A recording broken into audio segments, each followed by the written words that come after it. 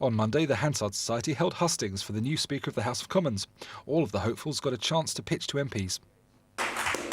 Good afternoon. I'm Peter Riddell. I chair the Hansard Society, and we decided to have this hustings as part of what Fiona says is our central mission, which is to promote understanding of Parliament, and particularly at this time, following the expenses row, at a time when there are a lot of calls for parliamentary reform, to enable those who are potential candidates in the election for a week's time to set out their views, both for the MPs, journalists and members of the Hansard Society who are present today, but also broadcast, because this hustings is being broadcast on BBC Parliament Interactive now. There's a feed to all the broadcasters, and it will be going out on BBC Parliament on next Sunday at 9 p.m, but obviously it's available via various interactive and internet means before then. Now, in order to organise the Magnificent 10, and we have all 10 who've expressed interest in being Speaker, it's quite complicated to ensure fairness to all. So what I'm going to do now is to draw lots for the order of speaking, and then everyone will speak for a maximum of 5 minutes. I've got a bell there to do that. After that, there'll be a question and answer period, and I'll explain how that works at the time, because we don't want to have going up and down the line each time for questions. So we'll group questions, which will go to a number of the candidates, and each of the candidates will then have 3 opportunities to reply to questions in that way. Then we'll have a final summing up just by 5 o'clock when we aim to end on this. Now, I'm going to draw the names, which will then be given to me, and that's the order. So the first will be Alan Beith. The second is Parmjit Dhanda. There you go. The third will be Richard Shepherd. The fourth will be Sir George Young. The fifth will be Anne Widdecombe. The sixth will be John Bercow. The seventh will be Sir Alan Haselhurst. The eighth will be Sir Patrick Cormack. The ninth will be Sir Michael Lord. And the 10th will be Margaret Beckett. That's the order in which we called them, and I hope, since a clear list will be provided then. Thank you very much indeed, Fiona. So, to start proceedings off, and the initial remarks will be made from this lectern here. Alan Beith.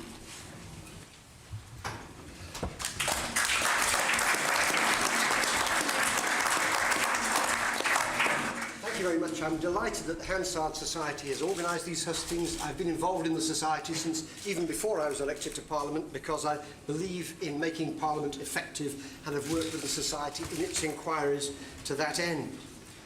I believe that whoever is elected Speaker needs to maintain a momentum for reform, sorting out the pay and expenses issue by taking it away from Westminster and making sure that we are not making those decisions ourselves. We have been too timid about that in the past. And concentrating on the real job of making Parliament effective. That means taking control of Parliament's timetable with a business committee. And I believe that that committee ought not to have a government majority on it. The government is entitled to bring its legislation forward and expect to get the proposals it's gone to the country on broadly carried through. But how that is done is a matter for Parliament itself, not for the government to decide. I think we should use select committees, which are a proven success in the parliamentary process, build on the work that they do and the methods that they employ. I think we ought to see if we can improve parliamentary questions, Prime Minister's questions, which so many of our constituents think is a bit like a schoolyard, only worse.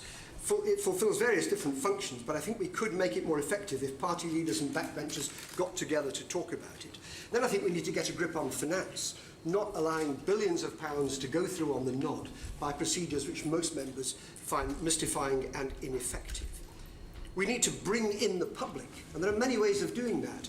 By e-consultation online, by petitions, by actually hearing what people have got to say about their petitions, and some of the time by actually getting out of Westminster, as some select committees do. There's one in Manchester this very afternoon. Why shouldn't the House itself occasionally sit away from Westminster?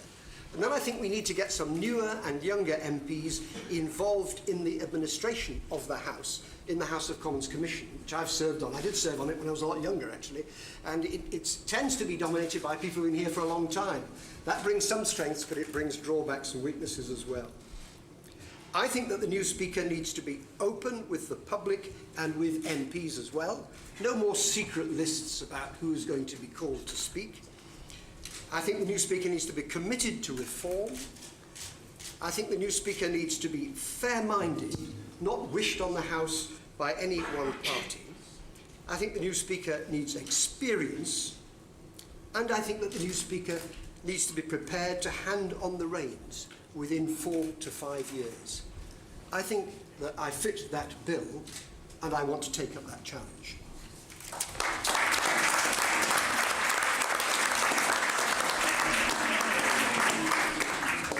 Thank you very much indeed, Alan. You certainly fulfilled within five minutes on that, and we much appreciate that later discussion. Now, number second is Parmjit Dhanda.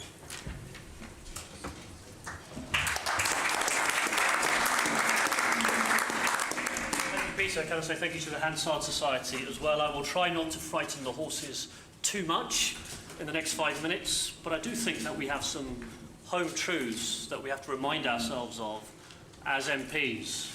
We should ask ourselves, how do you define trouble and how do you define crisis?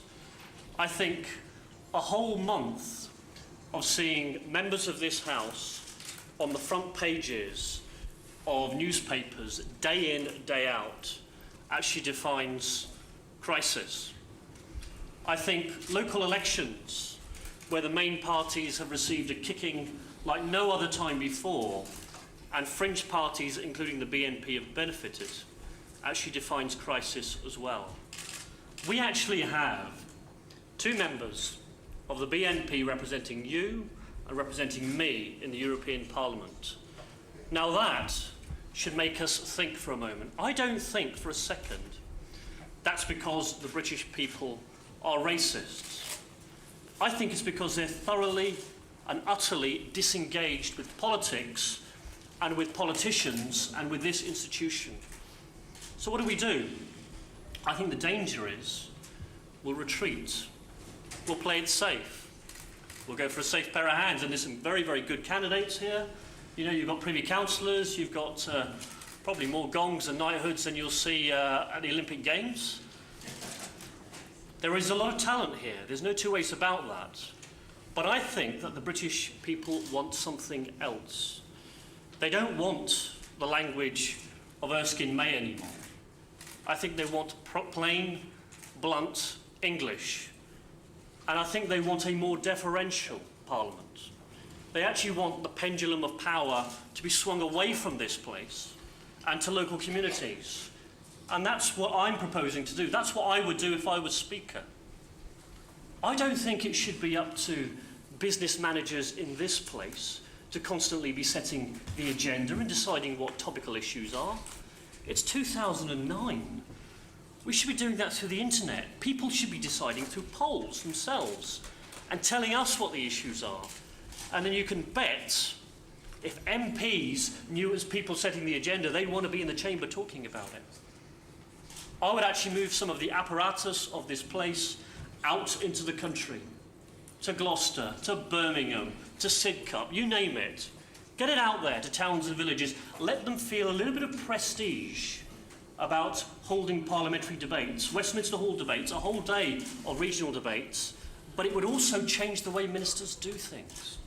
Instead of, and you've seen this happen, and I have, where they read out their scripted speeches, handed to them by officials, sometimes a couple of hours before the actual debate, they would actually feel the heat of public anger in well-attended town halls up and down the country, and there would be a re-engagement also, I believe, of local media. I do think that the next Speaker has to champion Parliament. But before you champion it, you've got to be radical and reform it. You've got to be willing and brave enough to change it. At the current speed of change, it'll take 100 years before this place is representative of society, of the different genders, races, cultures and classes in this country, I think we need to make those changes much, much quicker. Now, I may not win this contest. I'm a realist. But between now and next Monday, I'll do my utmost to win the arguments. Thank you for listening to me.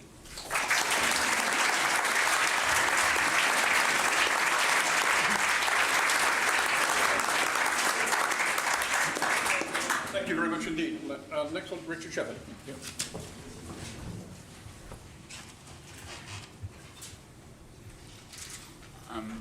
I also want to commend the Hansard Society. It's been an important contributor to our public discussion about Parliament and its purpose over many years.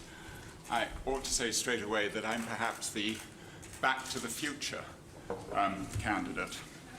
I say that because Parliament once meant something. The Commons once meant something to the people of this country.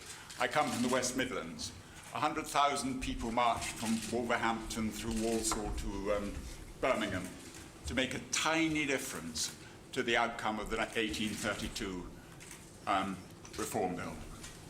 John Bright addressed 10,000 people in Birmingham and was the instrument by which we got the great Reform Bill that gave most of us, and those, our antecedents, the vote. It mattered.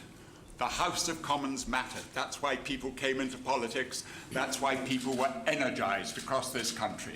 The decisions made by the House of Commons was central to the development of public opinion. Now we have a situation where some people, and some people in the House of Commons itself, think they are the government. I'm not talking about the actual government. I'm talking about the psychology that's arisen within our own institution. What the Commons is not, it is not the government. What the Commons is, though, however, is the representatives from every constituency in this country, in this nation.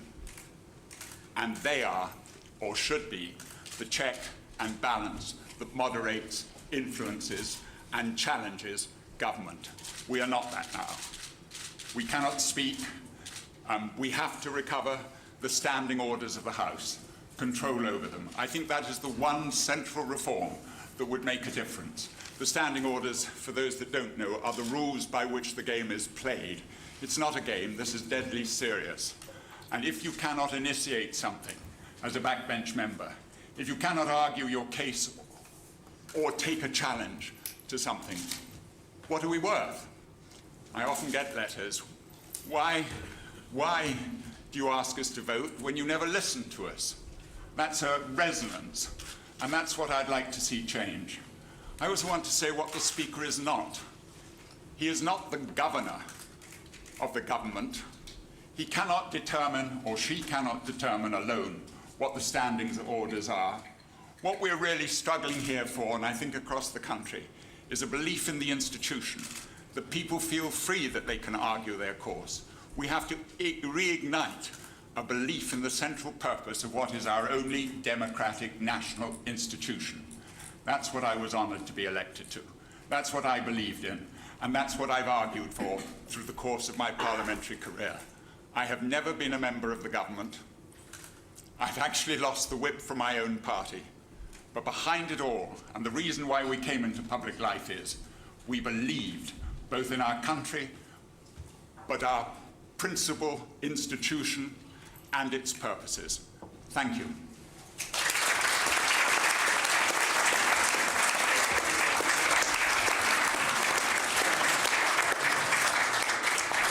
Thank you very much indeed, Mr. George Young. Thank you, Peter. I think it's great that the Hansard Society is sponsoring this event, helping to bridge the gap between Parliament and the people. And I say to those watching that the reason why MPs are not always in the chamber is because we are attending meetings like this in Portcullis House and in the House of Commons, meetings that are often every bit as important as what's happening in the chamber. I want to make 3 points. Out there, the Prime Minister is moving the debate on from personalities to policies. I think this debate is as much about personalities as policies. Policies are important, and a word about that in a moment. But the job of Speaker is as much about personal qualities. I make no exclusive claim to any of them, and my friends and colleagues possess them in abundance. But I think we need impartiality, I think we need authority, I think we need patience, I think we need humour, an acquaintance with the rules, however arcane they may be. And I also think it's easier to do the job if you've built up a base of support on both sides of the House. And at times you need to exercise the quality of leadership. Second, I want to see a more confident, self-assertive, relevant, effective and accessible House of Commons. The government has nothing to fear from this. If we raise our game, they will raise theirs and the country will benefit. Let me explain what I mean by tackling the issue of expenses. The expenses row was essentially a House of Commons problem. All parties were affected by it, and we've all been damaged by it. And it called for a firm and prompt House of Commons solution. But there wasn't one, and into the vacuum piled the party political leaders, each outbidding the other to see who could be toughest on their members. And then eventually the House came up with its own rather ponderous response. Now, of course, if there's been fraud, the police should be involved. If colleagues have made serious mistakes, we should hold them to account. But what is happening at the moment is that various rules are being applied behind closed doors to colleagues, and there's a real risk of serious injustices being done here in the House of Commons. Now, I don't blame anyone in particular, but the slow response to the Telegraph was symptomatic of a House that has become too dependent on others to sort out its problems, and it has lacked the leadership to get a grip. Likewise, the Prime Minister announced last week a commission under Tony Wright on the procedures of the House. Now, I welcome that, but why did we have to wait for the government to set up the commission? We should have done it ourselves. So I want to see a more self-confident and assertive House where the government doesn't always take the initiative. Third and finally, what is the role of the Speaker in all of this? I think colleagues are entitled to know where we stand on reform. My manifesto is in Power to the People, published by the Democracy Task Force. Now, that was written as a political animal, but the Speaker is more referee than player. But he can act as a catalyst in the reform process. He can take ownership of problems that are House of Commons problems, and he has discretion on a number of issues, the length of speeches, whether we have a statement, where he or she can help shape the tone of the House. Yes, he or she should be a strong, proactive advocate for Parliament, a czar or czarina, and raise our profile. But actually, we should all be doing that. It's not a job for one person. We should do it building on the credibility that we have as local MPs. So I hope to provide the right balance between neutrality, when that is required, influence, where that is appropriate, and leadership when that is needed. And a final word. This time, the House has got to unite behind the Speaker. We simply cannot afford any more divisions. And in that spirit, I will give my wholehearted support to whichever candidate wins if, despite my long legs, I'm not first past the post. Thank you.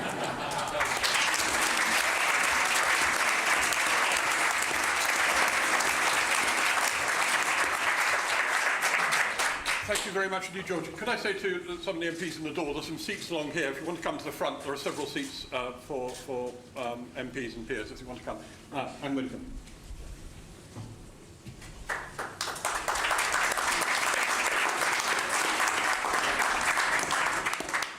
Thank you, Peter. I too would like to add my voice to those that have already thanked the Hansard Society for this initiative, and I'm sure that the debate this afternoon will be interesting. Let me say that I'm pretty unique. Well, in many ways, but particularly in as much as I am the only candidate asking for an interim responsibility, because I have made it clear that I'm standing down at the next election. And in all normal circumstances, therefore, I would not have dreamt of putting my name forward as Speaker.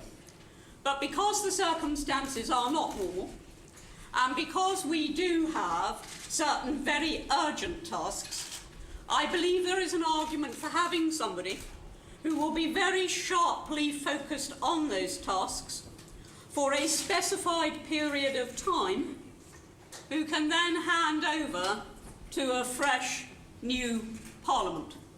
And that is what I offer. Now, I think there is a serious risk that we are going to make the mistake as a Parliament that numerous governments have made, which is to be so enthusiastic about reforming this and reforming that, that we overcrowd ourselves with a raft of initiatives instead of bedding down the one or two things that are important and then adding to those the initiatives. And what I think is crucially important is first and foremost to restore the reputation of Parliament with the public. It has never been lower.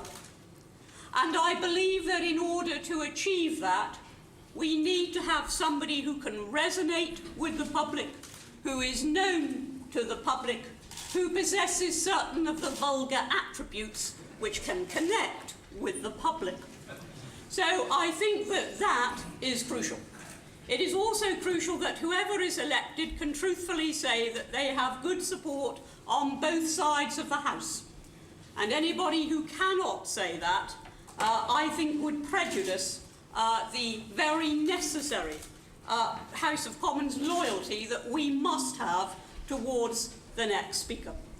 Restoring the reputation of Parliament may mean and should mean dealing with those who have erred, but it should also mean making the case with the public unapologetically that there are hundreds of MPs who have not been caught up in the recent scandal, who are doing a serious job of work and who deserve to have that recognised. And we should also be certain that in our rush to put things right, we do not create a system so restrictive that we deter people of modest means from aspiring to Parliament. And that is restoring the reputation of Parliament. The second thing which I think we have to do is to shift the balance, and most people have agreed with that this afternoon, from the executive to Parliament. I have been committed to that from the moment I entered Parliament. I rebelled against my own government, in one case actually joining up with Dennis Skinner, in order to protect backbench rights when, regrettably with success, the then government was proposing to stop backbenchers doing a raft of things which they'd always been able to do, including putting down business motions in the House.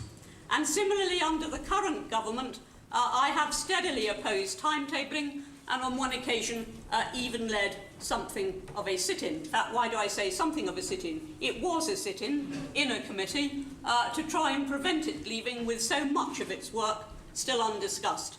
It is quite wrong that we are governed, I say we, the population, are governed by increasing tranches of legislation that have not been debated by Parliament, let alone be voted on by Parliament. So in the remaining 30 seconds, which I have just been tactfully told that I have left, I have support on both sides. I have consistently demonstrated independence, tally-ho, if any of you doubt it. And I think we must concentrate on two aims: to restore the reputation of Parliament with the public and to shift the balance sensibly in favour of backbenchers. Thank you.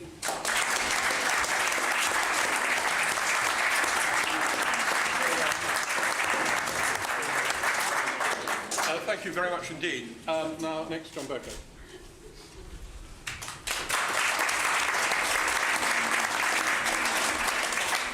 Peter, ladies and gentlemen, thank you. 8 is the Chinese lucky number, but for Thomas C. Hansard, 9 is the more interesting figure. It was in 1809 that he started printing Cobbett's reports of parliamentary debates. In 1829, the name Hansard first appeared on the title page. In 1889, Parliament started subsidising the operation, and in 1909, Parliament took responsibility for the arrangement altogether. And while we're on the subject of 9, ladies and gentlemen, if I were so fortunate as to be elected the next Speaker of the House of Commons, I would be the youngest holder of the office since 1839, and I would hope that that would suffice to secure for me the Hansard Society nomination for the role.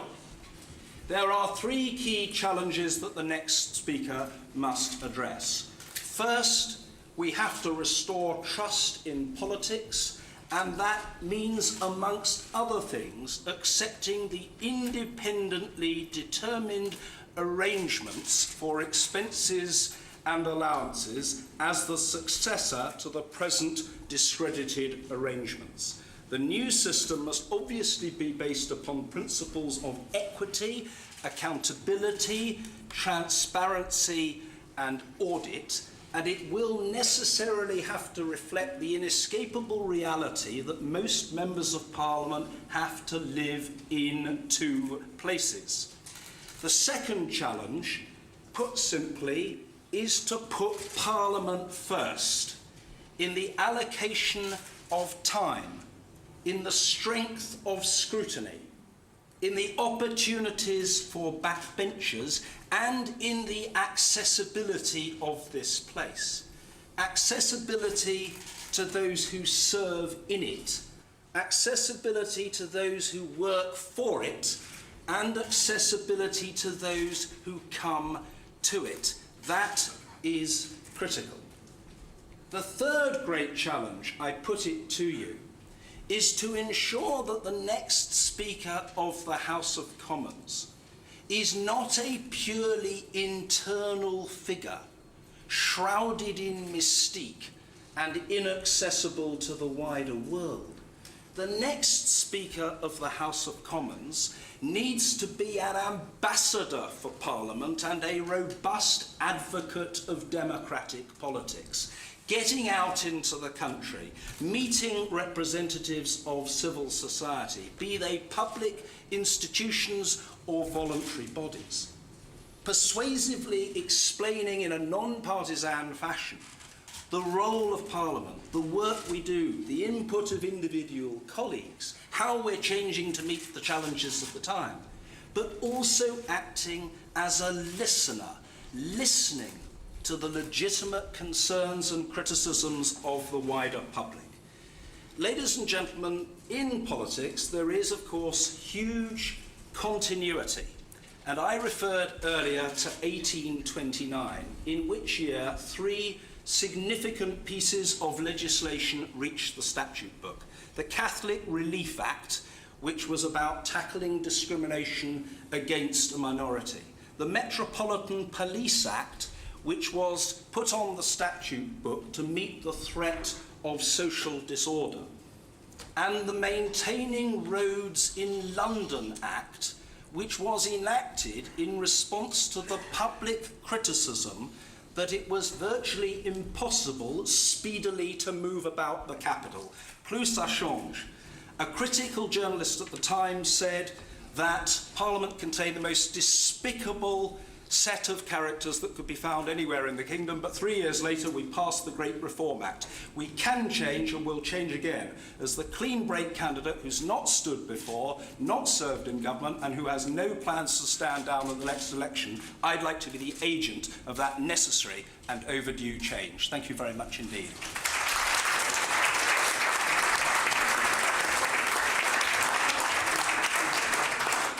Thank you very much indeed, John. Now, Sir Alan Haselhurst.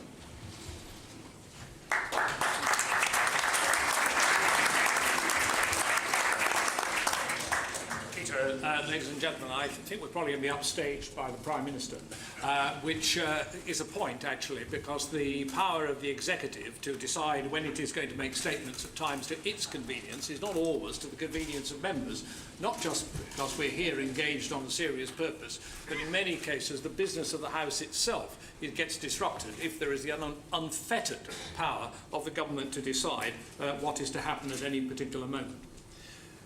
I offer myself as a candidate for the speakership on the basis that at least you know something about me.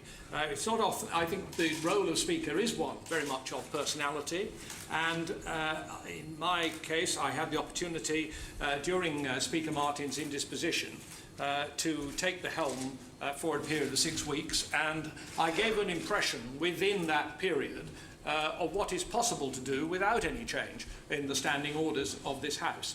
And I hope it's possible to inject more vitality, more topicality, more relevance to the proceedings of the House, which also ensure the maximum participation of backbenchers. I've only ever been a backbencher, untainted by the whip's office, untainted by the front bench duties of any kind.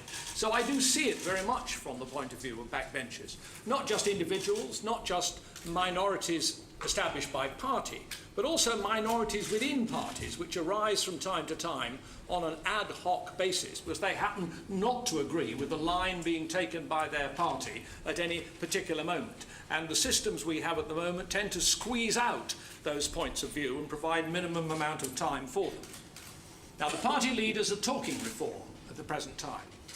Well, I hope they're prepared to deliver with solid ideas. I've got lots of ideas as to how we can improve the power of the legislature against the executive. And if there are going to be some genuine ideas brought forward, then I'm very happy to encourage that, and I would see that as my role.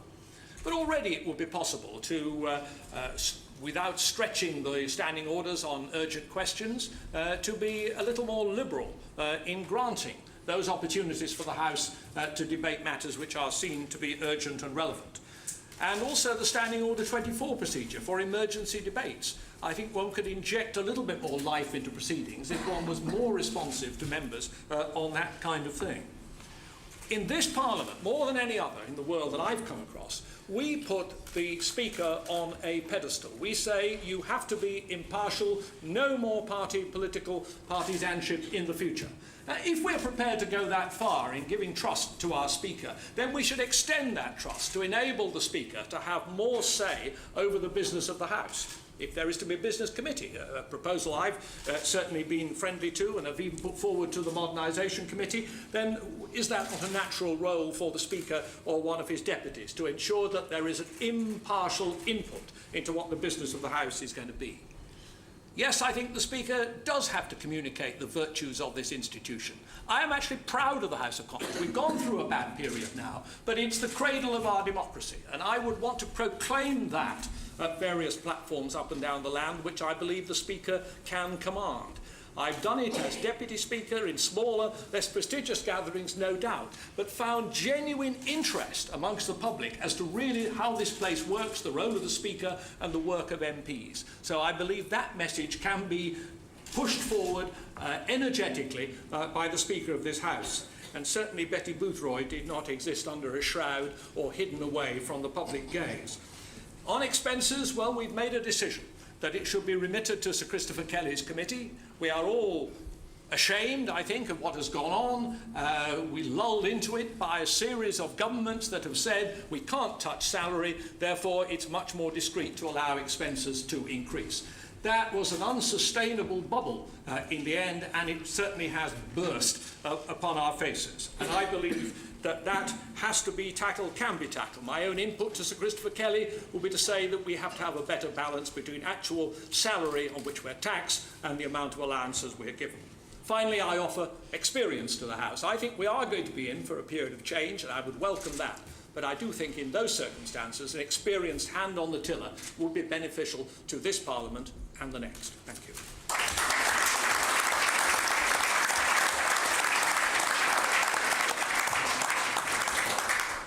Patrick Cormack.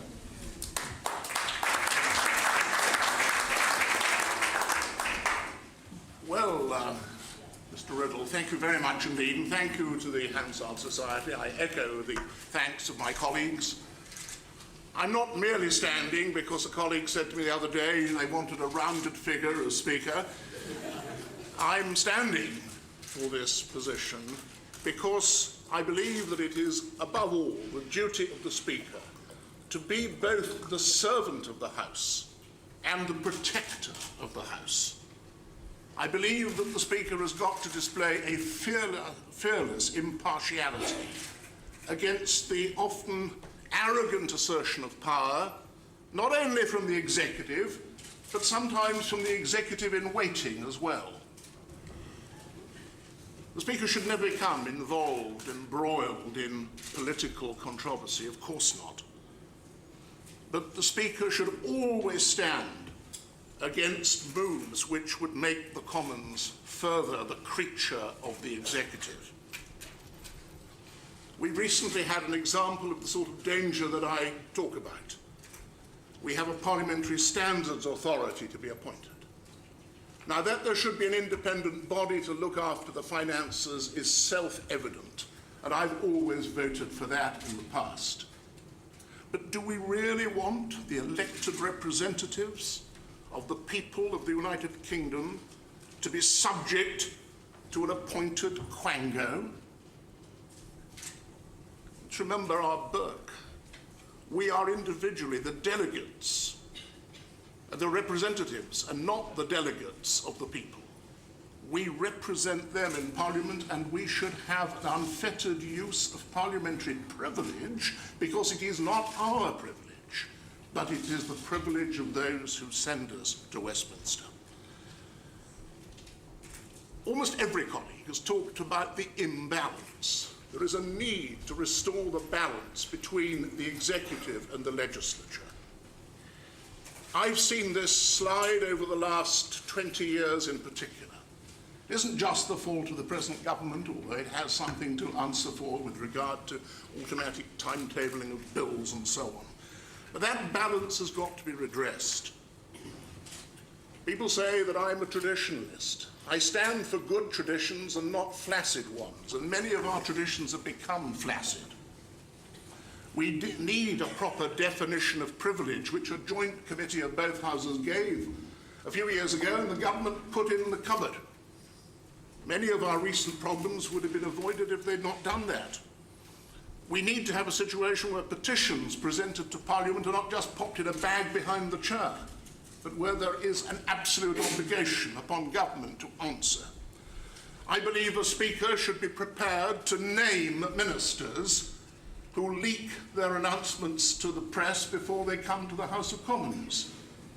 And I think that is something that a Speaker can do within the present jurisdiction.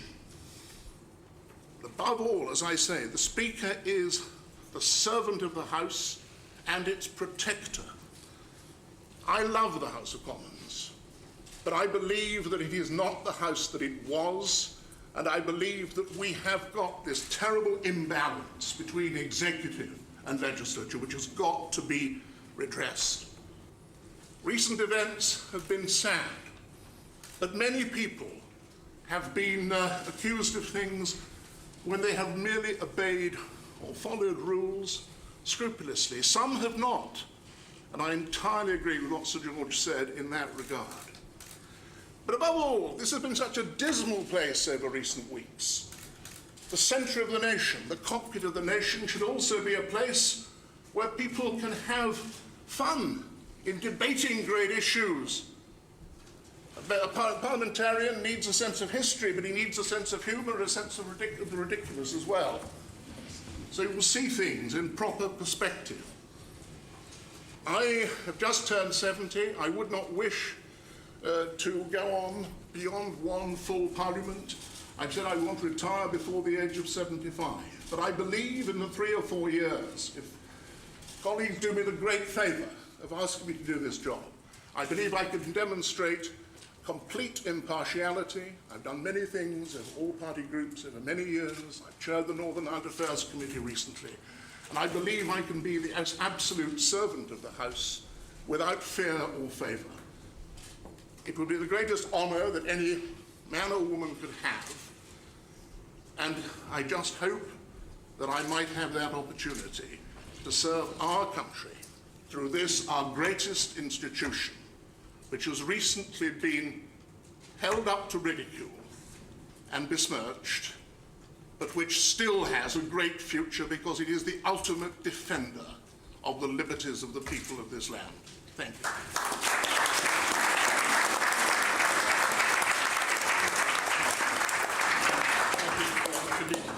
Michael Law.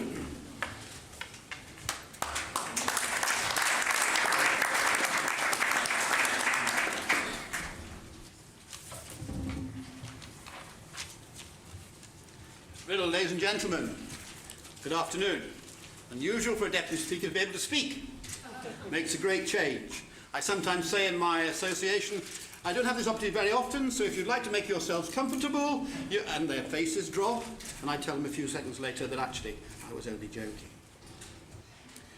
Can I say that I really do believe that out of all disasters, great opportunities can come if we have the wit and the courage to see them. Our whole country today is watching the House of Commons, who we elect as Speaker, the kind of man or woman it is, and the changes we plan to make. Expectations are high. This, I really do believe, is a golden opportunity. As someone who has always been a backbencher in the House of Commons, all the time I've been here, nobody knows better than me the huge frustrations that backbenchers feel, and they have got worse. Backbenchers feel their votes don't count, their views aren't listened to, they're too often lobby fodder. When their constituents tell them what the big issue of the day is when they're in their constituency for the weekend, and they come back to the House of Commons anxious and eager to talk about that very thing, they find that it's nowhere on the agenda and they can't get it on the agenda, or if they do, it's for 5 minutes somewhere and nothing much comes as a result of that. I understand that frustration. It's never more shown than when the government of the day decides to have a major announcement that affects everybody in the House of Commons, all our constituents. And does it take place in our beloved chamber of the House of Commons, where we can all listen, think, and ask questions? No, it takes place in a swimming pool, in a hospital, or some other place with a good backdrop for the media. That is quite wrong and must stop straight away. That really must go. There's ways the Speaker can do it today. Any Speaker can make it more difficult for the government to behave in that way, and that, as I say, should happen at once. There are more ways too that backbenchers could be called in debates. I think it wouldn't be on the wit of the House of Commons to arrange a system where backbenchers themselves could propose a topical issue for debate on the day, have a debate with enough time for everybody who wants to contribute to get called, and have a vote at the end of it. Why not? The vote does not have to be binding on the government, but it would say quite clearly how the whole House of Commons felt about an important issue of the day, and the government can take that into account when deciding what to do. That's not a disadvantage to the government. It's a help to the government in governing, and I see no reason at all why it should not take place. Now, it's very difficult, I think, for any of us, particularly members of Parliament, to speak about ourselves and why we should be the candidate for any particular post, but I really don't feel that today or this week is a time for false modesty, and I'm not going to indulge in it. The next speaker will have to be a strong man or woman, really strong. The task is huge. To stand up to government, to stand up to backbenchers, for backbenchers, will be an enormous task, and I think I have that strength. Playing as a young man against the South African Springboks at rugby football is not necessarily the only condition for making a good, strong speaker in the end, but I have to tell you, it makes you very good at understanding how to take the rough and tumble and how to act fairly amongst it. And certainly the next speaker must be experienced. They must understand the House of Commons in all its ways. Having been Deputy Speaker for a good number of years now, I do understand it. And I too love the Chamber of the House of Commons. I want to keep all that's good. We go back centuries. It's the best place in the world for politics to be put across. We are the mother of parliaments. We are the envy of the world. And if it's not what it ought to be at the moment, it's our fault because we've let that happen. And under the right speaker, we can surely put it right. I am eager for change. As I said, I've always been a backbencher. And I'm determined that backbenchers, if I had the honour to become Speaker, would have their say. I believe it's a golden opportunity for us. I believe we should make a fresh start. It's an opportunity we should seize. And if I were to be given the honour of being the Speaker of the House of Commons that we all care for so much, I would devote the next few years of my life making sure that it was the place all backbenchers, all members of Parliament came to with such pride and such honour, the kind of place we all want it to be again. Thank you very much.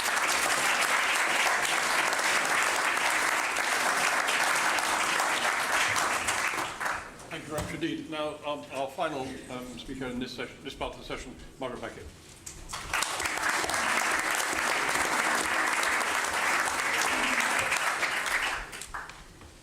Thank you, Peter. I feel perhaps a particular debt of gratitude to the Hansard Society because I fear I was the leader of the House who persuaded it to infringe your monopoly by allowing members of the lobby to take tape recorders into the gallery, which had been hitherto unforeseen, and which was an argument not altogether easy to win. I've chosen to stand because the next speaker will face completely exceptional circumstances. We're facing a two-way crisis of confidence. The public has lost confidence in us, and many members have lost their confidence.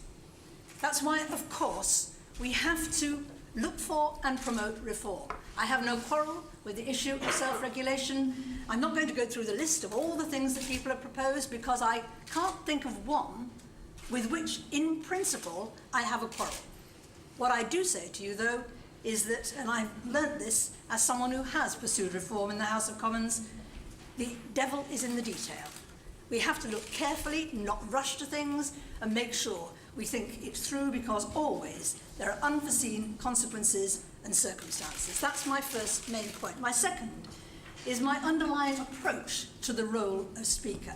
To my mind, the Speaker is a servant of the House, not someone who can direct it, but also someone who can and should guide it when it is necessary, particularly where it's clear that reform is needed, to be a facilitator rather than a barrier. But the Speaker must be able to take the House with him or her. Some of you may remember when I was leader of the House and chaired the Modernisation Committee that we brought in the new chamber in Westminster Hall. That was extremely controversial, much resisted, but I don't think anyone would dispense with it now, although we could only bring it in initially on a trial basis. I said at the beginning, our circumstances are unprecedented. That's not just because of the position of the House today, but it's because of the tremendous challenges a new Speaker is likely to have to address. We're not far from the next general election. It may be that before we get to that point, the government will put before the House of Commons some changes to the upper house. In any event, over the next 3 or 4 years, it could well be that we see some change in the relationship between those two houses. That too will be a critical matter of debate. And in particular, since that election is close, we all know that quite a large number of members are not planning to stand again, and that Parliament may therefore have many new members perhaps from a greater variety of parties, members perhaps with no declared party allegiance at all. And although, contrary to what you may have read over the weekend, I have not and never will predict the result of an election, many commentators believe this could be, if not a hung Parliament, a much closer Parliament. And I have seen Selwyn Lloyd handle such a Parliament and know how crucial and how delicate in those circumstances is the role of Speaker.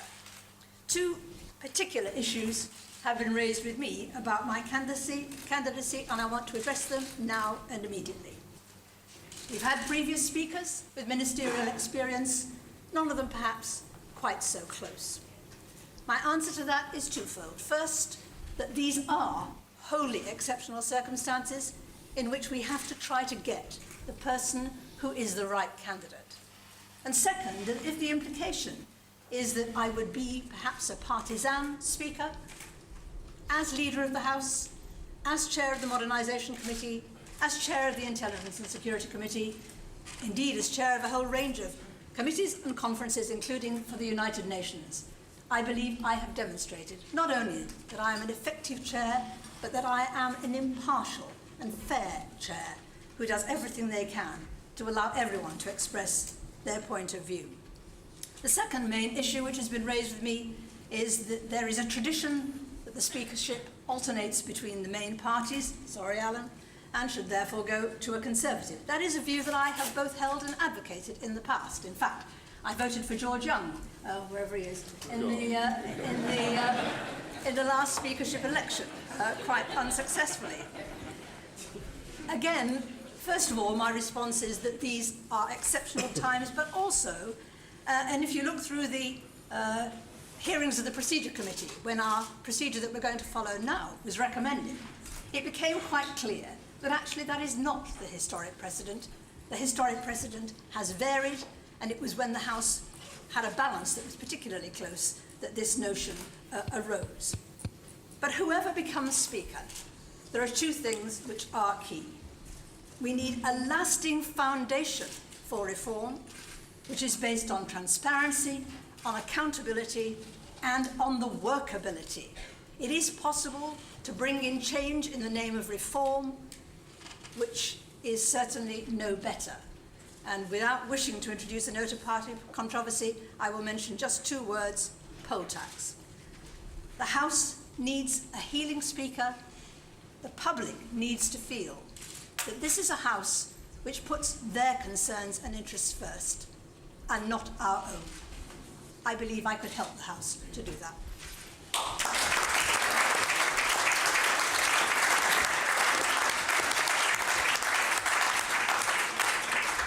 Thank you all very much indeed, and also thank you for, I didn't have to use my bell at all. Everyone came in 5 minutes or shortly under that. As a result of everyone being so timely in their contributions, we've got plenty of time for questions. The priority will go to members of Parliament. Fortunately, not everyone that has to stand. We've also got some via our website to ask as well. What I'm going to do is to group them, a couple of questions, because we've got a reasonable amount of time.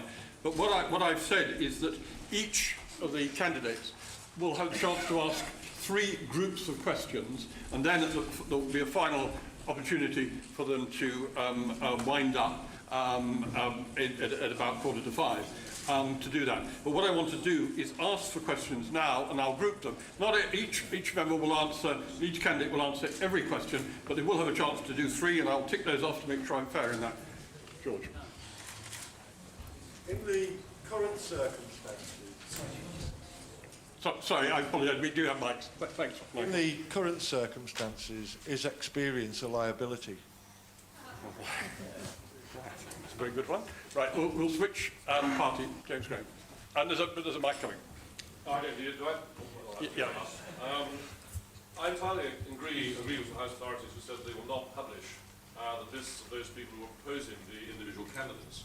But it would, of course, be a great help to those of us who haven't made up our minds to know the kind of people that stand behind each candidate, and presume there's no bar at all on the candidates themselves declaring who their supporters are, assuming, of course, those supporters agree. So my question, I hope I can breach your rule a bit, if I may be. My question to all of the candidates is, will they allow the lists of those people proposing them to be published? Well, I think we can do that on a quick... I will breach the rule on that, but on a quick yes-no, starting George Allen. Yes, subject to the people who are supporting me agreeing. And Widdecombe? Subject to the people who are supporting me agreeing. Richard Shepherd? Yes. Michael Law? Yes, I think that's true. If the rules can be changed, yes. Alan Green? Yeah. Yes, if you'll nominate me. Yes, it does depend upon the people who have signed the paper. I'm very happy to give an idea of the sort of people who signed, but I can't give names this afternoon, obviously. Absolutely. John Bercow? Yes. Alan Beith? Yes. Margaret Beckett? Yes, if they agree. Splendid. Well, we've done that. I think since on George House's question, is experience liability, we'll link that with another one from that. Chris Mullin. Do the candidates consider that the 80-day summer recess that we award ourselves each year enhances or diminishes the credibility of Parliament in the eyes of our constituents? And what would they do about it?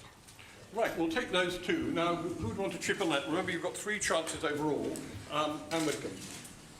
I would like to take head on the second question, because I think this is a pretty good demonstration of how we let ourselves down. Because what we do not do is robustly explain that a recess is not a holiday. At least it may be for a few, but for the overwhelming majority of us, the recess is not a holiday. And for most of us, July is clearing desks, August is holiday, and September is in the constituencies when the schools and the businesses are back, but we are not yet back. And that is what most MPs do. Now, if the Speaker cannot explain what members of Parliament do, then he or she isn't going to be much of a Speaker. And rather than say, oh dear, people don't like 80 days holiday, we should be saying, it ain't holiday. As for the experience being a liability, experience is very rarely a liability. And we should have somebody as Speaker who has had quite a long innings in the House, who has seen it all, who has seen changes of government, and who I think also, with all due respect to those who've made a virtue of the fact that they've never served in government, at least we know the ways of government and the little tricks when we've served in them, and therefore that stands us in good stead. Anyone else want to come? Patrick Cormack. Well, on the 80 days, of course, Anne Widdecombe is right. It isn't a holiday. The longest holiday I've ever had is 17 consecutive days in 39 years. I've taken other holidays, of course. But I quite take the point behind Chris Mullin's question. And what I believe is that the Speaker should have the authority to recall Parliament if there is a sufficient demand from members of Parliament. And I believe that is something that we should work on. It's one of the things that I would certainly want to do. One of the first things I would do would be establish a Speakers' Conference to look at the whole balance between the executive and the legislature, advised by leading constitutionalists, academics and others, and that is one of the issues we should obviously have to address. As far as experience is concerned, I think it is necessary. I personally think it's necessary to have sat on both sides of the chamber. I think really you need to see what it's like from the government side as well as the opposition side, or vice versa. But one little story that I always like about experience, the artist Whistler was once accused of knocking off his work in an hour. And he said in court, that's not the product of an hour's work, but of a lifetime's experience. And I do believe that if you can bring the experience of many, many years in the House, in my case 39, it cannot be unhelpful, as long as you still have an inner reforming zeal to make things better than they were. Yeah, that also, if I might say, is also what the parliamentary sketch writers say on their deadlines, do the Whistler Ruskin one. On Chris's question on the 80-day recess, I think we need a Speaker who can actually really articulate to the people that this isn't an 80-day holiday, at least not for the vast majority of us. And I think that's something that's been missing over the years. People actually need to understand what we actually do over those 80 days in our constituencies. And on George's question on experience, whether it's a liability or not, I better be careful what I say, because Sir Patrick was actually serving this House before I was born. Actually, I believe he went to the House in 1970. I was born in 1971. What I would say is, very well on it. But what I would say is, I think every man and woman on this top table could do the job. Actually, any of them could do the job. But I think what we need to set ourselves is a Heineken test, if you like. At this time, more so than at any other, which of these speakers can best articulate what we do, why we do it, and actually reach out to modern Britain? I think that's a test we should set. Well, I'd be a clot if I said experience was of no assistance, when the experience I offer is experience in the chair and has given a demonstration of how I would approach the job. So yes, I do think the experience is important. On the summer recess, we've got to get the balance right in the public's mind, because of course there's a heck of a lot of work that is done in constituencies. I'm amazed by the number of people who still buy into the joke, oh, you're on holiday for such a long time. But I remember when we had some September sittings, by decision of the House, being told by a senior government whip that 62 people of his party who had voted for September sittings then asked to be excused. Michael Lord, you want to come in there? Could I just say on the question of the Speaker operating outside the House of Commons, some people have said he should be an ambassador for the House of Commons. I think the Speakership of the House of Commons will be a pretty full-time job, and I think that will be quite a difficult thing to do. I do think the Speaker should be capable, occasionally, when necessary, of appearing before the public in some form or another, to explain in non-political, authoritative ways the way in which the House of Commons operates if need be. I do not think the Speaker should become a regular media figure. As far as experience is concerned, I think that's, I would say this, wouldn't I, absolutely essential to know the ways that the House of Commons works, and having done the job that Sir Alan and I have done for a few years means that we do know how the House of Commons operates. It isn't obligatory to have been ejected somebody from the House of Commons, as I have done, but and remain friends with them, but it helps to know how to do these things. Right. John Bercow, you wanted to come on this one, then we'll... Did you? Yeah. Peter, thanks very much. Yes, 80 days, ladies and gentlemen, is a long time, but it simply isn't a holiday, and certainly, as far as I'm concerned, it's not. I think most of us work extremely hard in our constituencies during the recess. If I were done the huge honour of being elected Speaker, I've not the slightest intention of taking an 80-day holiday, or so much as half of that.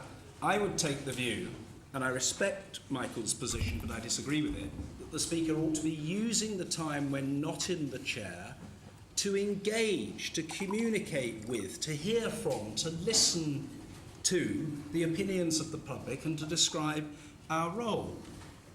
And on the subject of experience, I think my response, ladies and gentlemen, is this. No, of course, experience isn't a liability, but sometimes the advocates of experience are using the word as a euphemism for very lengthy service and possibly very considerable age.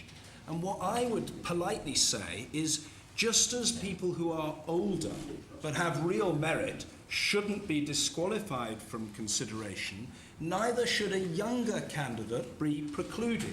One colleague said to me the other day, John, you're too young, you don't have the authority to do the job.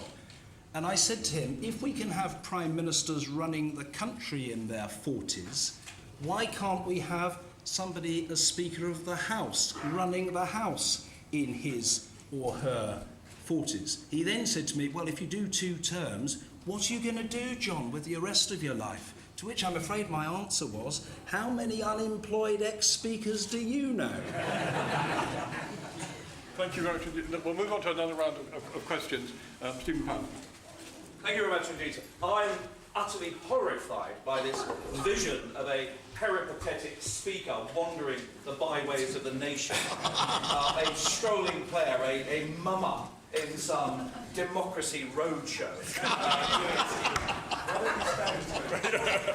What I look for is dignified competence in a person of utmost personal probity. And what I'm looking for is a person who is a key agent of change, not the sole agent of change. Would the speakers, not the candidates, not agree, or would they care to comment on whether they see the role of the Speaker as changing totally, in that this is now a job that recasts the democratic basis, or is it a servant of the House, a person who should be in the House, in the Commons, in charge and in control? Thank you very much indeed. Now, Nigel Evans now. As we move on, the other section of the Democratic Roadshow. We'll now call it that. I don't know why Stephen isn't standing. I was wondering about my constituency during one of these 80-day recesses, and I was in a factory, and a man said to me, "How are you enjoying your long holiday, Mr. Evans?" And I think the irony of his own question was lost on him, certainly wasn't lost on me. And I feel frustrated as I do my constituency tour, as constituents come to me with problems, that I'm unable to put parliamentary questions down in the number that I want to. That even members of Parliament, if we feel that Parliament should be recalled, it should be up to us to have the ability to do it, not to wait for government, or indeed even to wait for the Speaker. So I'm just wondering what ideas the panel have to ensure that when we are doing our work, whether it's during the long recess or indeed any other recess, I understand ministers are not on holiday during that time. You may have to wait a bit longer for the answer, but having to wait 80 days for the answer, I think is completely wrong. So what ideas do they have to ensure that our democracy is working even when we're on recess? Right. Who wants to go next? Alan Beith. Well, first of all, the problem with the 80-day recess is not the time members spend in their constituencies. I visited 120 villages during that recess. It's that it's too long a period for the government to be free of direct parliamentary scrutiny. And therefore, we either need to break it up and spread it more around the year, or do some of the things that Nigel's got in mind to enable us to have at least the degree of speed which you can get with a priority parliamentary question in raising issues with ministers during the recess period, and preferably both of those things. And just in passing, I would say that experience is always valuable so long as you have an open mind. Do you want to go in this way, Rebecca? Yes, fine. I think we can look again at how we can more readily demonstrate that the government is not just operating on a completely free rein when Parliament is in recess. And I share the view of those who've said Nigel's story is not new to any of us, but I hope maybe illuminating to some of our audience. I think every member recalls being at some event and being told how nice it is for them to have the evening off in order to be at it. So I do think we need to look at that. I think, though, we do need to be mindful of two things. First of all, that, of course, civil servants must be allowed to have a holiday as well, and maybe even occasional ministers, although, of course, there's always a minister on duty, so in a sense that's less important. But what I also think we should be wary of, if we're going to look again, and I have no quarrel with looking again, whether we can do more to improve, because of course you can ask questions in the recess and there is an opportunity to get answers, which in itself is something of a reform. But what I would want to avoid is that and I say this, I'm probably going to lose myself hundreds of votes here, with deep respect to colleagues, I think it would be not a good precedent if the member was on holiday, but a researcher was hired for the summer recess to put down hundreds of questions to create the impression of the member assiduously working away and thereby persecuting the executive to no really useful purpose. As I say, I hope I haven't. Thanks for the tip, Margaret. But I strongly agree with Stephen that the Speaker, I didn't know it was his view, but that the Speaker has to be a key agent of change, that the Speaker can impede change undesirably, can also facilitate it and should, but the Speaker cannot be. The Speaker has to take the House with him or her in whatever change they wish to propose. And probably like everybody on this platform, there are a range of things that I can, in the way in which we manage the day-to-day business in the Chamber, that I would like to see us tighten up and change. But you would have to do it with the consent of the players. Thank you very much, Margaret. George? Could I just add a footnote to what was said about the role of the Speaker? I think there's a spectrum, Stephen, and at one end you've got the traditional role of the Speaker, who was locked away and led a rather sort of closed life. At the other end of the spectrum, you've got appearing on Have I Got News for You? Okay? I think we need to move a little bit away from where we are. I think we need to move a little bit down the spectrum. And I've been impressed by what Helene Hayman has done down the other end of the building as Lord Speaker, where she has raised the profile of the House, she's explained what the role is. And I think there is that sort of missionary role that the Speaker can play without getting involved in party political controversy. And given that there is a gulf between people and Parliament, which we need to bridge, I do think that the Speaker of the House has a role to play in becoming slightly more accessible, less remote, more proactive than has been the traditional model. So, as I said, I think we need to move down the spectrum without coming to the logical conclusion. Yeah. When I first heard the expression 80 days there, I woke up from my reverie and thought that this was pre-trial detention. One of the great issues of Parliament. I listened with great interest to what my colleagues had to say about 80 days. It sounded as if we protest too much about how we slave away in these 80 mysterious days. It is, I think, a question of the rhythm of the parliamentary year. I noticed that the Senate and Congress rise, for instance, for August. They're back after Labour Day at the beginning of September. We have these long periods of sitting and then this huge space. And if you're going to tell me that I spend all my time going around every individual house in the constituency, I think they would be alarmed to think that I'm coming. No, in truth, We've got to get the balance of the parliamentary year right, and that, I think, is the answer to this anxiety about 80 days. It takes away then the issue of government can't be got at. And that is an important issue. It's a profoundly important issue, because we see what happens so often is that just the days before the summer recess, a whole flood of announcements are put out into the press office, etc. Statutory instruments are laid before the House, and there's nothing that can be done through the 90 days, and that can effectively bring a statutory instrument into effect without any form of scrutiny.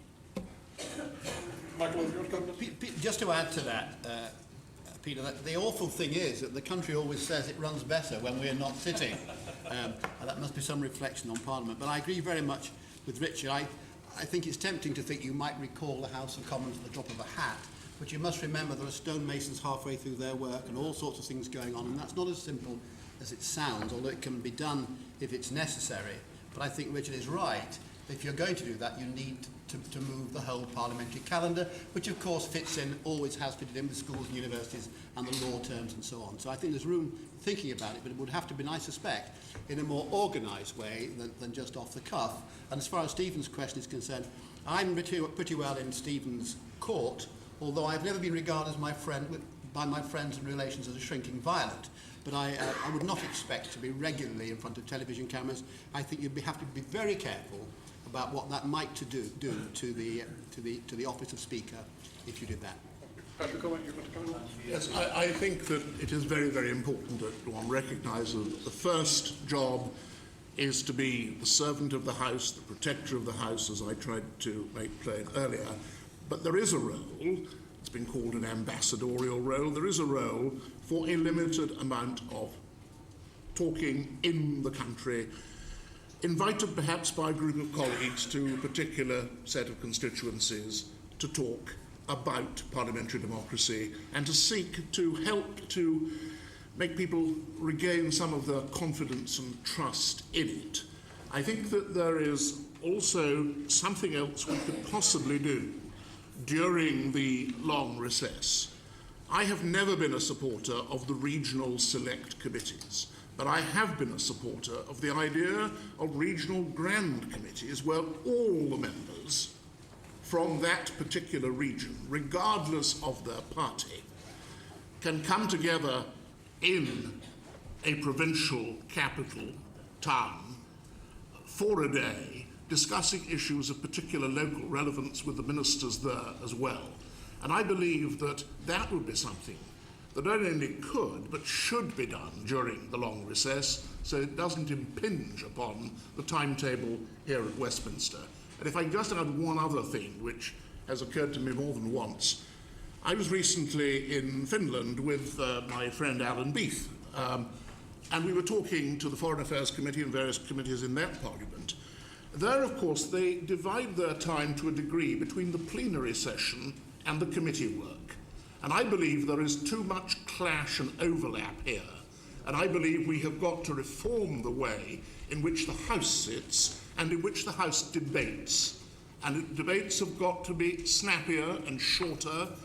There's got to be more demand for people who said they want to speak to be there during the debate if they're going to speak, and not just to waltz in and waltz out. And I think also there should be more opportunity for people genuinely to catch the speaker's eye. I'm not against a published list for certain parts of the debate, but if you're on that list, you're jolly well there for the opening, and you're there for the wind-up, you're there for the two speeches before and the two speeches after. Things like this, a speaker can himself or herself actually initiate, and it's one of the things that I would very much want to do. Yes. Yeah. On the right. Yeah, so. One of the reasons, I think it's no secret, but one of the reasons why the current Speaker did well in his bid was because he had been within the Speaker's group extremely welcoming and friendly and kind to the large number of new members that were elected in one go. And that's clearly very, very important because it's so important, so easy for people to get overwhelmed by the experience of others. And for certain people to be called because the Speaker always assumes they're the only ones that know about the subject, even though some of the new ones may know a lot more and actually be more up to date. So I'm interested in what the Speaker's panel would do and assist and help new members of Parliament when they get elected. And if you could pass the mic along, yeah, lovely, thanks. Thank you. I would be interested to know what the candidates think of increasing the number of women in Parliament, whether the Speaker has any role to play with that, and also what measures or changes you feel should be instituted to encourage that, if any. Thank you. We've got two very interesting ones. Who wants to come in on that, on new MPs and encouraging more women MPs? And Widdecombe. Well, as far as the new MPs go, as I say, I'm standing down at the next election, so I think I will not be faced with that particular challenge. But to address what was underneath the question, of course it's true that new members have something to contribute, and of course it's true that sometimes they come with a corpus of knowledge that would be useful to our debates, and that obviously should be recognised. I mean, I think that is obvious. However, my hackles rose on the second question. As far as I'm concerned, every woman in Parliament should be able to look every man in Parliament from the Prime Minister downwards in the eye and to know that she got here on exactly the same basis as he got here. And if she cannot do that, she is a second-class citizen. So when I'm asked about measures to be taken to increase the number of women, as far as I'm concerned, Parliament, a bit like the Speaker, should be selected on merit, not on gender. I know it isn't popular, but oh by gum, do I believe it. Well, I think that the Speaker has to be welcoming to new members. It can be a little intimidating for the occupant of the chair when there are as many as 250 coming in at one time. But I believe that Speaker's House should be more open, that Speaker should communicate more regularly with groups of colleagues, listen to what they're saying. It also helps him in the early days to get to know who they are and what their interests are. So I think that is a very important part of the Speaker's role. I don't think it's the Speaker's role to be directly responsible for getting more women candidates into Parliament, but to revert to the point about whether the Speaker can act in an ambassadorial capacity for Parliament. Yes, I don't mean Stephen twice nightly at the Alhambra, but I do think that there are one or two prestigious platforms where the Speaker can speak up for Parliament, and if he or she does so, in a way which captures the imagination of young people in particular and others, that you will perhaps inspire more women as well as more able men to come into Parliament. Judy's question on Speaker's order and list. I can remember waiting 8 hours to do my maiden speech, and it seemed like I was waiting 5 or 6 hours every subsequent occasion to get called as well. So I do think we do need to move away from the whole Buggins turn system, and we need to have a system in place which is clear, that people understand, and a printed list. I also think that we need to do more when we're welcoming new members to set up a network for their partners and their spouses as well, actually, because they often bear the brunt of their partner's choice of lifestyle. And I think there's much, much more we can do to support them, especially after what we've seen in recent weeks. It's often the partners, actually, when picking up their children at the school gates or out shopping, have actually borne the brunt of public anger. And I think they need more support. I totally and utterly disagree with Anne with regard to more women and a more diverse Parliament, because I'm not prepared to wait 100 years. There is a Speakers' Conference taking place at the moment. I did not have an all-BME shortlist where I was selected. Okay, I managed to get through the system and came through. But at the same time, I don't think it's fair to wait hundreds of years before it happens right the way across the board. I would actually support the use of all female shortlists. I think they've worked in the Labour Party.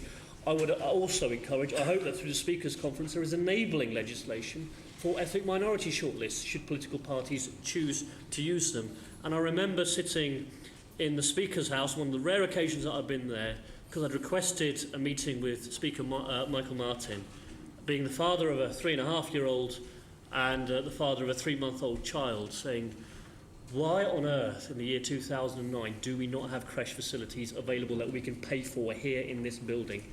And he said, well, can you imagine the kicking we'd get from the media? Well, actually, Speaker's job, all of our jobs, is actually to make the case, because actually I think the media would get behind the idea of a Parliament which actually respects the values of ordinary working families and encourages more people from different backgrounds to come here in the first place. John Bercow. Thanks, Peter. I very much agree with Parmjit about creche facilities. I've supported cross-party efforts over a period of years to try to make progress on this subject, and it saddens and disappoints me that we still have not done so. Just a couple of other observations, colleagues, if I may. For my part, I must say I'm pretty unenthusiastic about continuing priority that I tend to observe for Privy Councillors as a matter of course. There may well be an argument where a Privy Councillor has got a specific and long-standing expertise in a particular subject for which he or she previously had ministerial responsibility being given additional consideration. But the idea that as a matter of course such people should do better seems to me to create two classes of Member of Parliament. And I have to say I don't like it one jot. People should be called on merit and in accordance with their earnestness, their willingness to attend, their knowledge of the subject. Secondly, Parmjit and I, who both serve on the Speakers' Conference, are agreed, as it happens, about all-women shortlists and positive action to promote members of the BME community coming into this House, though, strictly speaking, of course, it isn't a matter for the Speaker as such. What is a matter for the Speaker is engaging with and forging a bond with new members. And that, I think, can be done on a much bigger scale than has historically been the case. And there's one final thing, Peter, and that is, as part of changing this place, ladies and gentlemen, we have to change, not merely in terms of one thing or another, but the whole culture of the establishment. And my view is that the culture is profoundly old-fashioned, male, and frequently boorish in the worst public school tradition. I think women here are well able to cope, but they shouldn't have to put up with being drowned out, with being noisily heckled, or with, may I say, unpleasant sexist remarks being uttered more often than not sotto voce. And if the Speaker wills change, he or she can deliver that change. And although I've been criticised for my commitment to equality by some of my colleagues, I make absolutely no apology for it whatsoever, and I would carry it through if I took office. Well, first of all, on new members, my induction training as a new member was sharing an office with the late Sir Clement Freud and Cyril Smith. I learned quite a lot, but things have improved a bit since then, but we still don't have anything like enough induction processes actually to help members to come to terms with what they want to do here and how they can do it more effectively. And I also think that, and this was something Michael Martin genuinely did try to do, the Speaker needs to be less isolated among members than has been traditional. It's fine to have a Speaker's procession at 2:30, but other times of day, the Speaker ought to move about the building more freely and be in a much better position just to talk freely to people.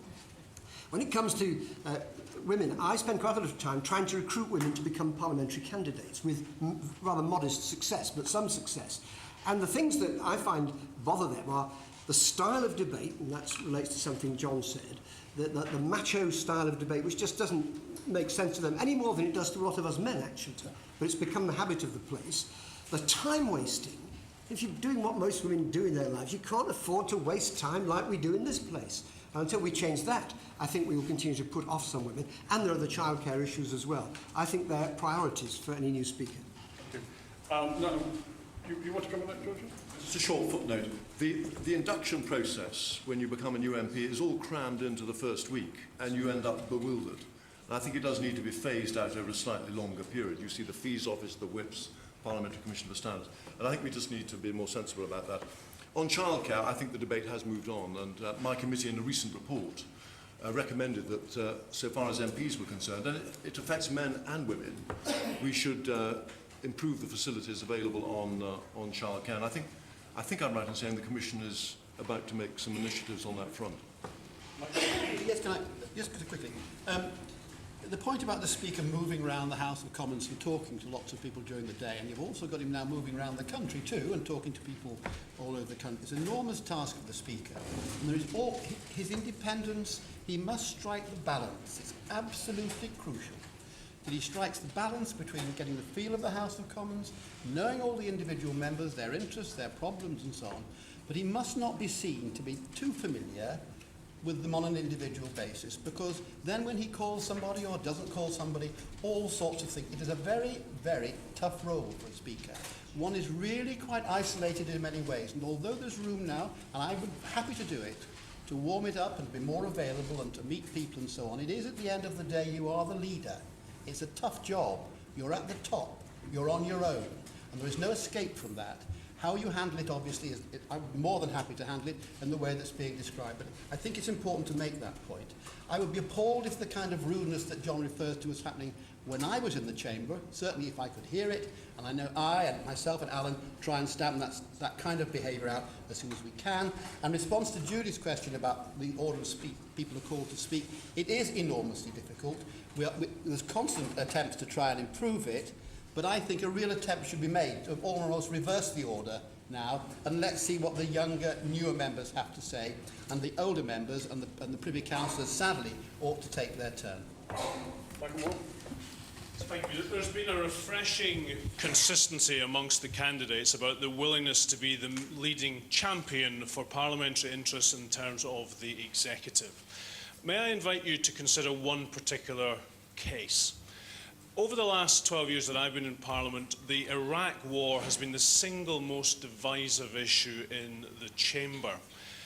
We have known through debates and briefings for some time that the government might be announcing an inquiry. And yet, we have learned today that the statement about that was to be made at 3:30. When there's such an important issue for Parliament to scrutinise the executive on, and the timing of this is really rather critical, if the government had come to you this morning and said, we wish to announce this inquiry in a statement by the Prime Minister today, what would have been your reaction? Alan Whitehead? Sorry, Alan Whitehead first. Alan first, Alison, I'll ask you later. Yeah. Do any of the candidates have any thoughts on the future procedure and process of that dreadful shambles known as private members' bills? Actually, Alison, would you like to do your Thank you. Very briefly. A number of proposals have been put forward relating to listening to the public, listening to small groups within Parliament. There is surely a risk, and I'd welcome the candidates' views on this, of actually embroiling the Speaker in political arguments, because in terms of Westminster, and I've been in and around here for about 30 years, the dissatisfied groups, the most vociferous groups, are generally part of the governing party, whichever party that is, and therefore surely if you're listening to those voices, there's a genuine risk that you'll start to become embroiled in political arguments. Thank you. Right, we've got 3 points there. One, the Iraq War statement. Second, private members' bills, and the difficulty of getting involved in political arguments. You've had your 3, Michael, so you wait until we finish those. Anyone who wants to come in on those? Happy to. Thanks, Peter. Firstly, on the Iraq War statement, it's a very, very big statement indeed. And I think what was actually said by one of our colleagues earlier on about actually telling the government, no, if you're going to go elsewhere to start making statements in the first place, we can actually stop you from making one to the House. Now, I wouldn't suggest you start with a statement like this, but if there are precedents in place and the Speaker's been strong enough to do that, then I think it would discourage governments from actually giving information out to the public domain beforehand, or not working closely with the House and the Speaker and the authorities to ensure that it's done in a timely way that suits the House best. In terms of PMBs, actually private members' bills are very important. I think it's a shame that they're all stuck away on a Friday morning when most people are in their constituencies. So I think if we can, we should find other time during the week to actually discuss private members' bills. Tomorrow, for example, I gather is a one-line whip, or is not very strong business taking place. Now, you could actually look to do it on Tuesdays and Wednesdays. I don't see why not, or even on Thursdays, rather than leaving it all to a Friday morning. And Alison, in terms of the political arguments, you're right, speakers shouldn't get embroiled in political arguments. I know some of the things that I'm proposing are pretty radical, and people would have an argument and a debate about those issues here in the House. But wow, if I got elected, I'd have a pretty strong mandate to push those things through, wouldn't I? Anyone else want to come in? Margaret? First, can I just wholly agree that, of course, the Speaker shouldn't be involved in political arguments. I'm sure when it comes both to the issue of private members' business and also of statements, like whether it's on the Iraq War or something else, these are issues we should look at again. And we have to look at it from both sides of the coin. Because I have quite a strong memory, and George may remember this as well. We discussed this whole issue, because all governments attempted to do it, of statements being made, an announcement being made really in the media, and then there's a statement in the House, and there's a creative tension, shall we say, as to how much detail is given to the media, because you're working to their deadlines.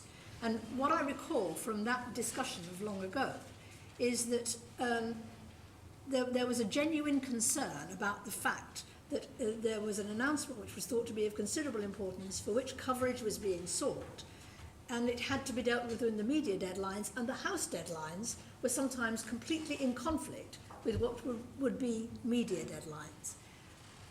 Since then, the hours of the House have changed, and it has become more possible for there to be greater room for manoeuvre.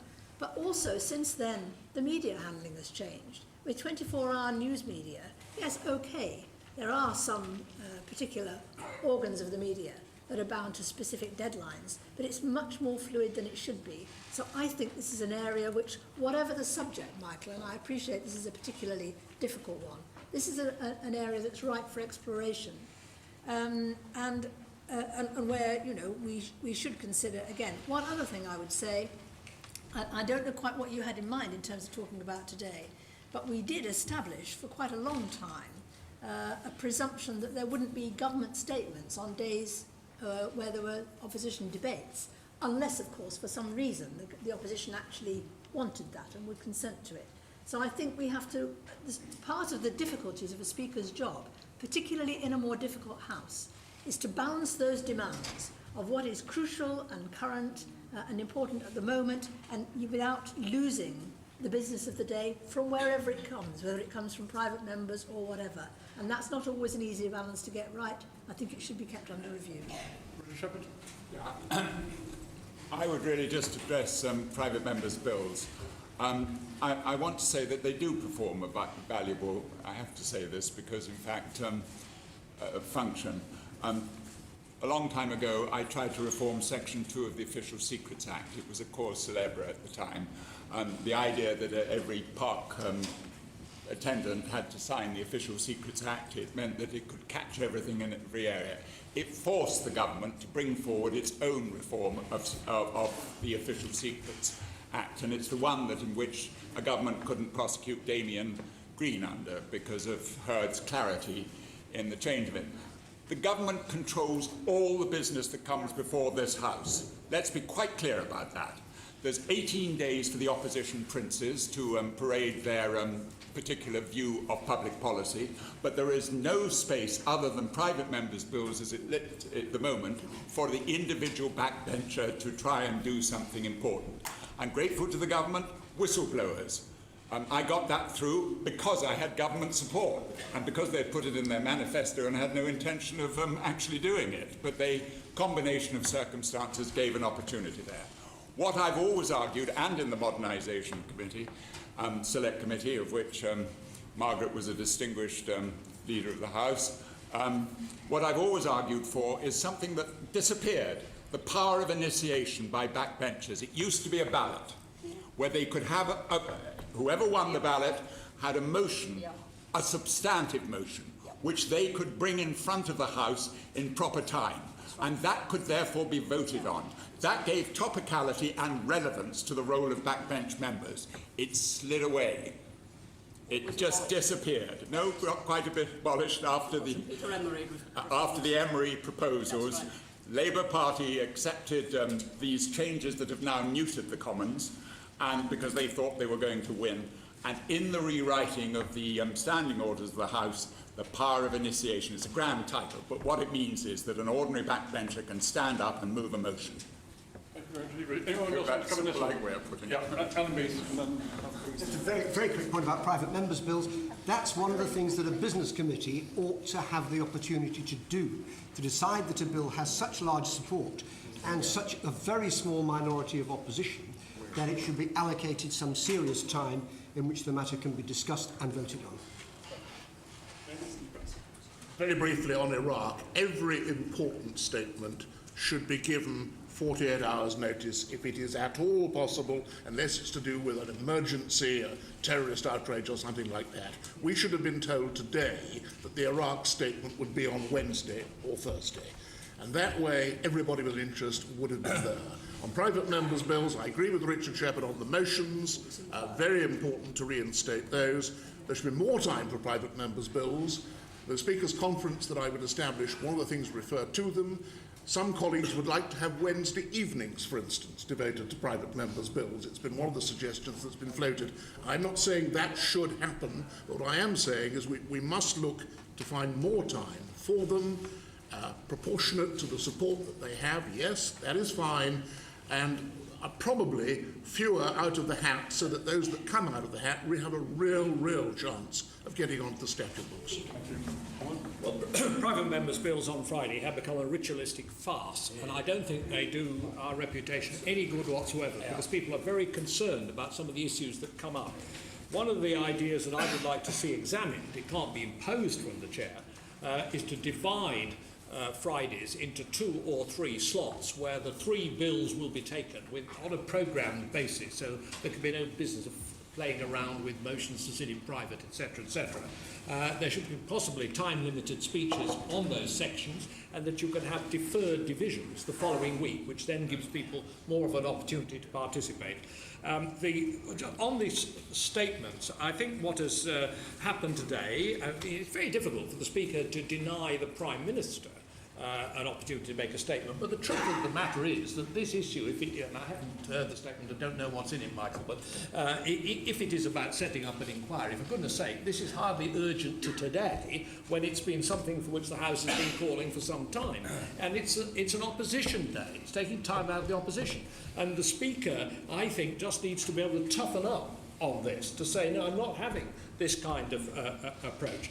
I believe that statements, with the exception of the budget statement, could be circulated beforehand to all colleagues, not just a front bench, so that they have members have time to look at them, frame more precise questions, and the minister concerned can have a much shorter time to introduce it. Ditto for the front bench spokesman, more time for backbenchers, less time consumed as a whole in considering that statement. You've been very patient. You've all spoken of the need to strengthen the Commons as a legislature. We're all reformists now. Some of you have made proposals which I like the sound of. But you well know that in order to have substantial change, we need to have the agreement of party leaders. What would you do in the chair to force the party leaders to sign up to some of these changes to strengthen the Commons as a legislature? Thank you very much indeed. Martin Salter. Thank you very much, Peter. Could the candidates say whether they think members of Parliament should be subject? Could the candidates say whether they think members of Parliament should be subject to arrest in their own offices? All right. Right, we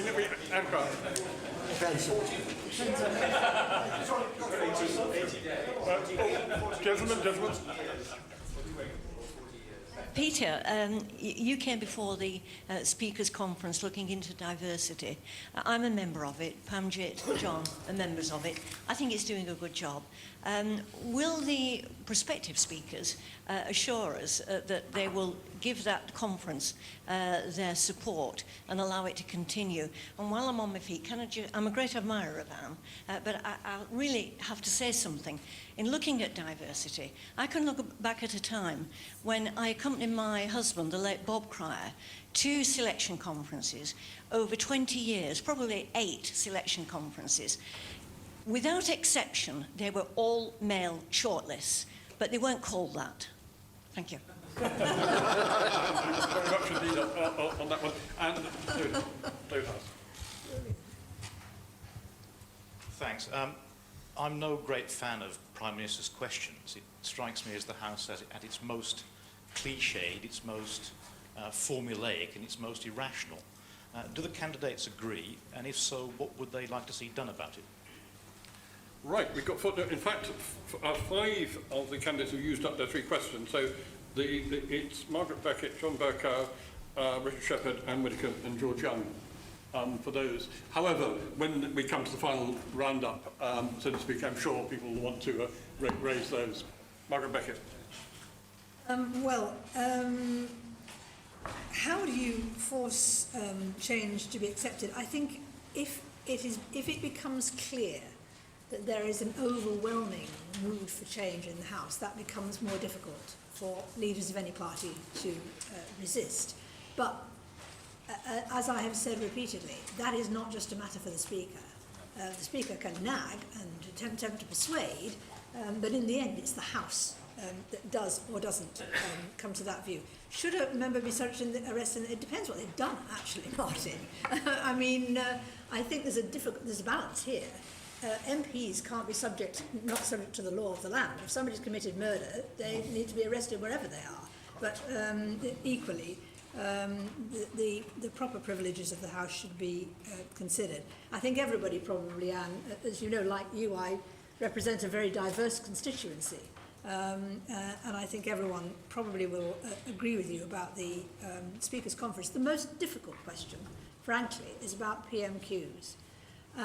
To my knowledge, at least one, probably, maybe even all the most recent leaders of the opposition, I'm thinking particularly about the late John Smith, have thought how inappropriate Prime Minister's Question Time in its present form tends to be, and have sought to change it. It doesn't get changed partly because of the climate of this place, in which if the leader of the opposition doesn't ask X, he's an idiot, and it is usually a he these days, and will be criticised on that account. I know that John did, and I'm sure other people in his place have tried to say to themselves, what is the issue? Because this is what you think it ought to be. What's the issue that's of most concern to the general public at this moment in time? Because that's what I ought to ask about. But bluntly, and this is another constituency with which I'm about to make myself unpopular, if it's not what the press gallery thinks you ought to ask about, you'll get a caning no matter what. Thank you, Margaret Beckett. John Bercow. On the question of arrest in the office, of course it does depend upon the offence, but let's be explicit.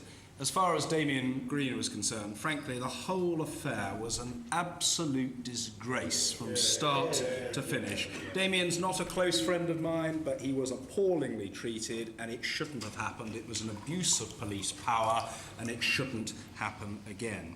Secondly, on the question, what do you do to broker the necessary change upon which there seems to be a consensus? The answer, and I don't want to quibble, is that you don't do it from the chair noisily. It's got to be done to a considerable extent behind the scenes, using the power of persuasion and, let's face it, the authority of the office which has been conferred upon you. But I think the truth of the matter is that if you are a respected, independent-minded speaker who manifestly owes no allegiance to one party against another, you will be respected in saying to the party leaders, look, smell the coffee. This is what people want. An assertive parliament, proper scrutiny, timetabling determined more by backbenchers than by the executive, and I think that parties will have to respond. I can say to Anne Cryer that having been on the Speaker's Conference and served with great enjoyment with her over the last few months, oh yes, I certainly want to persist with that. I think it's a superb initiative. And as far as Prime Minister's questions are concerned, perhaps I can just say this, colleagues. In the course of the debate, one or two people have floated the idea that perhaps question time ought to be shifted, PM's question time, to a Thursday. Now, one can debate that, but let me just put this to you. The issue is less the day of the week on which the questioning takes place and more the content and culture of the occasion. Look, I'm not a shrinking violet, but I frankly think that the Punch and Judy show is tedious, boring, excessively abrasive, and it is now a contributory factor to the contempt bordering upon the opprobrium in which we are now held. I'm